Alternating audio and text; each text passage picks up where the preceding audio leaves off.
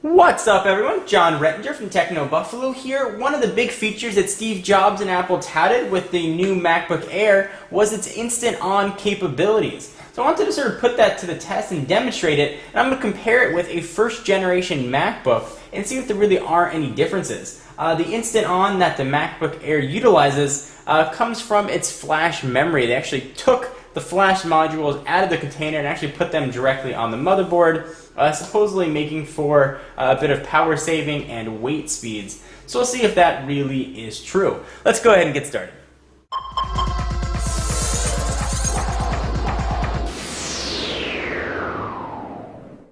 Alright, so let's check out the specs of these two guys. This is an older computer and certainly has been used a little bit more. So we'll check out about this Mac and sort of review what we have here. 1.4 gigahertz Intel Core 2 Duo, 2 gigabytes of RAM on the MacBook Air. On the MacBook, we have 2.4 gigahertz Intel Core 2 Duo, 2 gigs of RAM. So noticeably faster here speed-wise. Let's go ahead and close the lids on both of these, and we'll put them to sleep naturally, and then we'll sort of force the issue. So put that guy to sleep, and put this guy to sleep, and give them a second to sort of get into their hibernation mode. You can also see the size difference here, quite a bit smaller, and the thinness is really impressive. Alright, so let's start with the MacBook Air. Let's go ahead and open it up. And it's on. Let's see if it's connected to the internet. Let's just try going to the website. So there's Apple, connected to the internet right away. So that was pretty quick. Let's go ahead and see if the MacBook does the same thing. Go ahead and open that up. Pretty quick. Let's go ahead and check out Firefox. And connect to the internet as well. So as far as being a huge feature, this thing turns on instantly like it would on an iPhone or an iPad. Not really seeing it. But maybe the computers didn't really go to sleep. Maybe we have some weird power mode setting that wasn't a fair test. Let's go ahead and put both of these to sleep. So we'll go to the Apple menu, and I'll hit sleep on the MacBook Air, and I will hit sleep here on the MacBook, and both of them will take a nap. Now, one of the differences to note between sort of the sleep mechanisms on both computers, that the MacBook Air sips power a little bit better than supposedly, at least, the MacBooks. We haven't had this long enough to really test, but they say you can get almost 30 days worth of battery life with this in this heavy hibernation mode, and certainly that's not the case with the MacBook line. So they are both sleeping. You can probably hear them snoring. Let's power both of them on and see if there's any sort of difference. And I'll hit the buttons at the same time, and we'll see if they both kick on. So the MacBook Air came on a little bit sooner. See if it's connected to the internet. It is. Let's see if this is connected to the internet. It is as well. So not really seeing the huge advantage of this Instant On.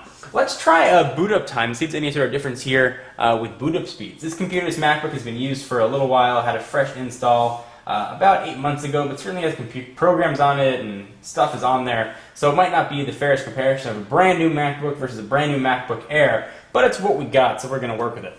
Let's go ahead and quit everything, and we'll shut them down.